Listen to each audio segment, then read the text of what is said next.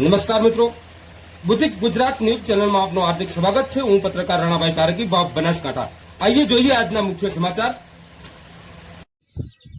જય ગૌ માતા। આજે તારીખ 1/6/2024 દિવસે દબાણ હટાવો ઝુંબેશમાં થરાદ તાલુકાની ટીમ સેટલા મુકામે આવી અને સીધું ટાર્ગેટ ગૌશાળાને બનાવેલ। ગૌશાળામાંથી તાર તોડીને બધી ગાયોને બહાર કાઢી નાખી અને દબાણ ટીમવાળાને પૂછવામાં આવેલ ત્યારે તેમણે કીધું કે ચાવી અમે આપી દો અને અમે નિભાવશું। તો અત્યારે જાનવર કૂતરા બીજા નાની ગાયોના વાછરડા બીજા ફાડી કાઢે એ તમામ જવાબદારી સરકારની ટીડીઓની રહેશે।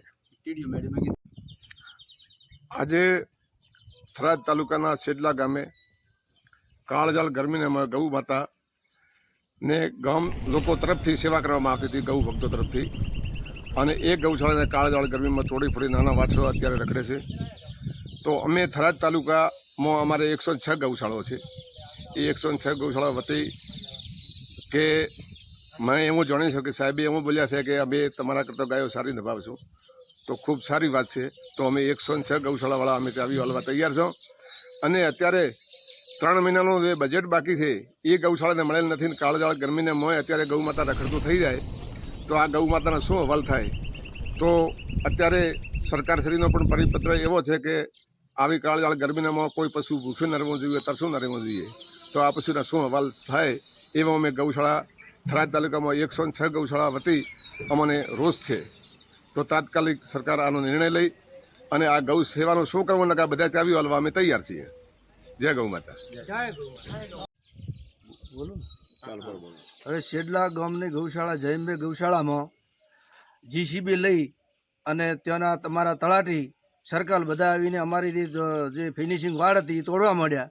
અને એ અમે ના પાડવા ગયા ત્યારે એ કીધું કે ભાઈ તમારી ગૌશાળા દબાણમાં છે એટલે તમારી તોડવામાં આવશે અને તમારો સરસામાનથી બધું કાઢી લો।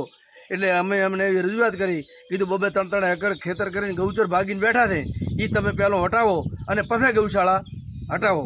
તો એ કીધું તમારે આવું બોલવાની જરૂર છે નહીં, અમારે હાલ આદેશ છે ગૌશાળા હટાવવાનો।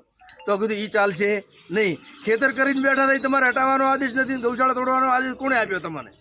એમ કહી તો એ લોકોએ પછી ચાલુ રાખ્યું। પછી ગાયો બીજાને કીધું કે ભાઈ હંગામો કરશો અને માંથી બે બાજુ જીસીબી હેડતા ગાયો બહાર નીકળી। પછી ટીડીઓ સાહેબ આવ્યા, ટીડીઓ સાહેબે કીધું કે ભાઈ તમે ગાયાની ચિંતા મત કરો, હું ગાયાની વ્યવસ્થા કરી લઈશું અને તમે તમારા બહાર નીકળી દો। એટલે અમે બધા ગાયોને બહાર નીકળી ચાવી દઈ। સેડલા ગામની અંદર જ્યારે દબાણ ઝુંબેશ ચાલુ થયું બરાબર, એટલે રખડતી ગાયોનું હવે શું થશે? પહેલો ચિંતિત પ્રશ્ન મને એ છે કે આ રખડતી ગાયોનું થશે શું?